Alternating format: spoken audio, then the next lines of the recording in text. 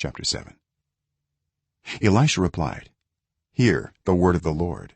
This is what the Lord says: about this time tomorrow a seah of the finest flour will sell for a shekel, and 2 seahs of barley for a shekel at the gate of Samaria. The officer on whose arm the king was leaning said to the man of God, look, even if the Lord should open the floodgates of the heavens, could this happen? You will see it with your own eyes, answered Elisha, but you will not eat any of it.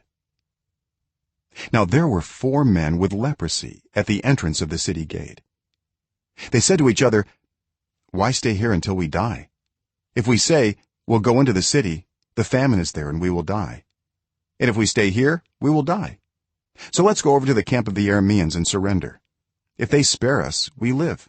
If they kill us, then we die.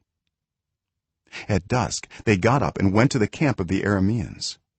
When they reached the edge of the camp, no one was there, for the Lord had caused the Arameans to hear the sound of chariots and horses and a great army, so that they said to one another, look, the king of Israel has hired the Hittite and Egyptian kings to attack us. So they got up and fled in the dusk and abandoned their tents and their horses and donkeys. They left the camp as it was and ran for their lives. The men who had leprosy reached the edge of the camp, entered one of the tents, and ate and drank. Then they took silver, gold, and clothes and went off and hid them. They returned and entered another tent and took some things from it and hid them also. Then they said to each other, what we're doing is not right. This is a day of good news, and we are keeping it to ourselves. If we wait until daylight, punishment will overtake us. Let's go at once and report this to the royal palace. So they went and called out to the city gatekeepers and told them, we went into the Aramean camp, and no one was there, not a sound of anyone, only tethered horses and donkeys, and the tents left just as they were. The gatekeepers shouted the news, and it was reported within the palace. The king got up in the night and said to his officers, I will tell you what the Arameans have done to us.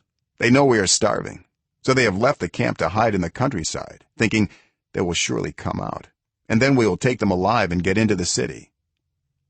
One of his officers answered, have some men take 5 of the horses that are left in the city. Their plight will be like that of all the Israelites left here. Yes, they will only be like all these Israelites who are doomed. So let us send them to find out what happened. So they selected 2 chariots with their horses, and the king sent them after the Aramean army. He commanded the drivers, go and find out what has happened.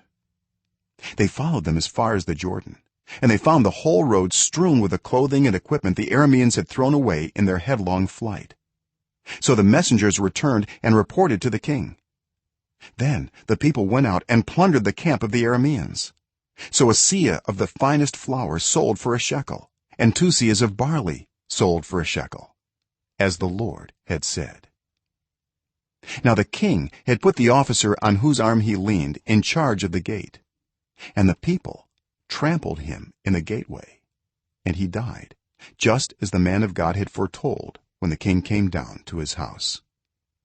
It happened as the man of God had said to the king, about this time tomorrow a seah of the finest flour will sell for a shekel, and 2 seahs of barley for a shekel at the gate of Samaria. The officer had said to the man of God, look, even if the Lord should open the floodgates of the heavens, could this happen?